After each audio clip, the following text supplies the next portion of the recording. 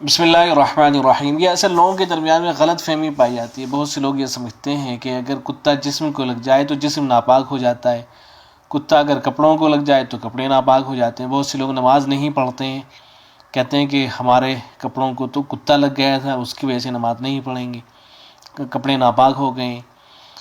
تو یہ خیال صحیح نہیں ہے۔ کتا اگر جسم کو لگ جائے یا کپڑوں کو لگ جائے تو اس سے جسم یا کپڑا ناپاک نہیں ہوتا ہے۔ کپڑا اس وقت ناپاک ہوگا جبکہ کتے کے جسم پر، کتے کی باڈی پر کوئی ناپاکی لگی ہوئی ہوگی، اور وہ ناپاکی کپڑے کو یا جسم کو لگ جائے گی، تب جا کے کپڑا یا جسم ناپاک ہوگا۔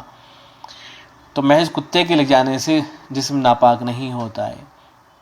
البتہ کتے کا اگر تھوک لگ جاتا ہے، کتے کا تھوک چونکہ ناپاک ہوتا ہے، اگر وہ لگ جاتا ہے تو پھر چاہے جسم کو لگے کپڑے کو لگے تو اب جسم یا کپڑا ناپاک ہو جائے گا۔ جہاں وہ ناپاکی لگے گی اس کو دھونا کافی ہو جائے گا۔ بہت سے لوگ یہ بھی سمجھتے ہیں کہ اگر جسم کو کتے کا تھوک لگ گیا ہے تو اب غسل کرنا چاہیے۔ یہ خیال بھی صحیح نہیں ہے، بلکہ صرف اس جگہ کو دھونا کافی ہو جائے گا۔ غلاۃ العوام میں حضرت تھانوی رحمۃ اللہ نے لکھا ہے کہ بعض عوام سمجھتے ہیں کہ اگر کتے سے کوئی چیز، کپڑا، برتن وغیرہ چھو جائے تو وہ چیز ناپاک ہو جاتی ہے۔ یہ غلط ہے، البتہ رال لگنے سے ناپاک ہو جائے گا۔ ایسے ہی حضرت تھانوی نے آگے لکھا ہے رحمۃ اللہ علیہ۔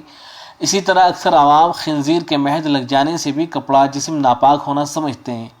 سمجھنا چاہیے کہ خنزیر اگرچہ نجس العین ہے اور اس کا ہر جز ناپاک ہے، لیکن جبکہ وہ تر اور گیلا نہ ہو تو اس کا چھو جانا ایسے ہی ہے جیسے خشک نجاست کا لگ کے گر جانا۔ تو جس طرح خشک نجاست کے محض لگ جانے سے کپڑا، جسم ناپاک نہیں ہوتا، اسی طرح یہاں بھی سمجھنا چاہیے۔ یعنی اگر خنزیر خشک ہے، گیلا نہیں ہے اور اس کی باڈی پہ کچھ نجاست وغیرہ نہیں لگی ہوئی ہے تو وہ کپڑوں کو یا جسم کو لگ جاتا ہے تو اس سے بھی کپڑے ناپاک نہیں ہوں گے۔ تو یہ غلط فہمیاں ہیں جو لوگوں کے درمیان میں پائی جاتی ہیں۔